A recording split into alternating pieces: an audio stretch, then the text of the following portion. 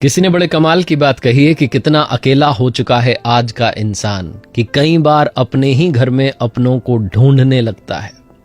नमस्ते दोस्तों, my FM से मैं हूं आरजे कार्तिक। एक सेठ जी की कहानी है। गांव में बहुत जमीन थी, हवेली थी, मकान था, सब छोड़ करके आ गए शहर में। बच्चों को पढ़ाना लिखाना था। बच्चों की पढ़ाई पूरी हुई, उसके बाद में जॉब करने लगे। बच्चे बड़े हो गए तो उनके बीच में डिस्प्यूट चालू होने लगा प्रॉपर्टी को लेकर के। उस 4 बेडरूम के मकान के लिए डिस्प्यूट था जो शहर में जिसमें रह रहे थे।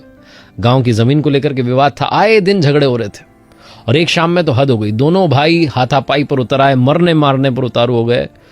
पिताजी यानी कि सेठ जी ये सब देख रहे थे और हंस रहे थे, जोर जोर से हंस रहे थे। दोनों भाइयों ने लड़ाई रोक दी कि पापा को क्या हो गया। पूछने लगे, पापा हंस क्यों रहे हो? पापा ने कहा, तुम इतनी छोटी सी चीज के लिए लड़ रहे हो, मेरे पास में तो अनमोल खजाना है, वो तो दिखाई नहीं आज तक। दोनों भाइयों ने कहा, क्या बात कर रहे हो, हमें देखना है। उनके दिमाग में तो प्रॉपर्टी घूम रही थी। पिताजी ने कहा, अगर तुम वादा करो कि झगड़ा नहीं करोगे तो तुम्हें कल दिखाने के लिए लेके चलूंगा। उन्होंने कहा, ठीक है।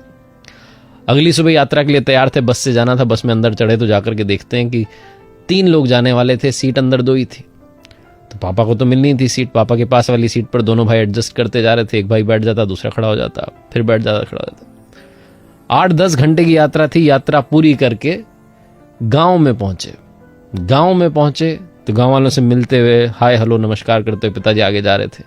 गांव के आखिरी में जाकर के देखते हैं एक बड़ी सी हवेली थी। पिताजी कहते हैं, यह है अनमोल खजाना। और ये बोलते बोलते रोने लगे। देखते हैं कि वहां झाड़ियां उग गई हैं, खंडर हो चुकी है हवेली, कबूतरों के घोंसले बने हुए हैं। पिताजी रोते चले जा रहे हैं। दोनों भाइयों ने कहा, पापा क्या हो गया? पिताजी रोते रोते कहने लगे कि ये जो हवेली है, इस हवेली के लिए मैंने भी बचपन में, जब तुम छोटे थे ना, पुराने जमाने की बात बता रहा हूं, आज से 25-30 साल पहले की, अपने बड़े भाई साहब से जम के झगड़ा किया था। और मेरे भाई साहब ने मुझे कहा कि तू ये हवेली रख, मैं तो जा रहा हूं, विदेश में जाके सेटल हो गए। हमारी बातचीत तब से बंद हो गई। भाई साहब ने कभी हालचाल ही नहीं जाने। उन्होंने ऐसा मान लिया कि मैं हुई नहीं। मैंने इस हवेली के चक्कर में अपने भाई को खो दिया। यह हवेली तो मिल गई थी मुझे, लेकिन तुम बड़े हो रहे थे, तुम्हारा बचपन गांव में ना बीते, तुम्हें अच्छी एजुकेशन मिले, तुम्हें लेके चला गया शहर में, इधर आए ही नहीं वापस। आज यहां कबूतरों के घोंसले बने हुए हैं। एक बात बताओ, जिस बस में हम आए, जिस सीट पर तुम बैठे, क्या वो हमें हमेशा के लिए मिल सकती है? दोनों भाई हंसने लगे। क्या बात कर रहे हो पापा, बस की सीट कभी किसी को परमानेंट मिलती है? बस में तो सवारियां बदलती जाती हैं, बस तो चलती रहती है, यात्रा आनंद है उसकी, तो जब तक बस रहेगी सही हालत में चलती रहेगी। पिताजी ने कहा, क्या तुम उस सीट के लिए झगड़ा कर सकते हो? बेटों ने कहा, पापा इतनी छोटी सी चीज के लिए, जो थोड़ी सी देर के लिए मिली, उसके लिए झगड़ा क्या करना? पिताजी ने कहा, बस यही समझाना चाह रहा था, इसीलिए यहां लेकर के आया कि जो चीज थोड़ी सी देर के लिए तुम्हें मिली है, आज तुम्हारी है, कल किसी और की होगी, उसके लिए झगड़ा क्यों करना?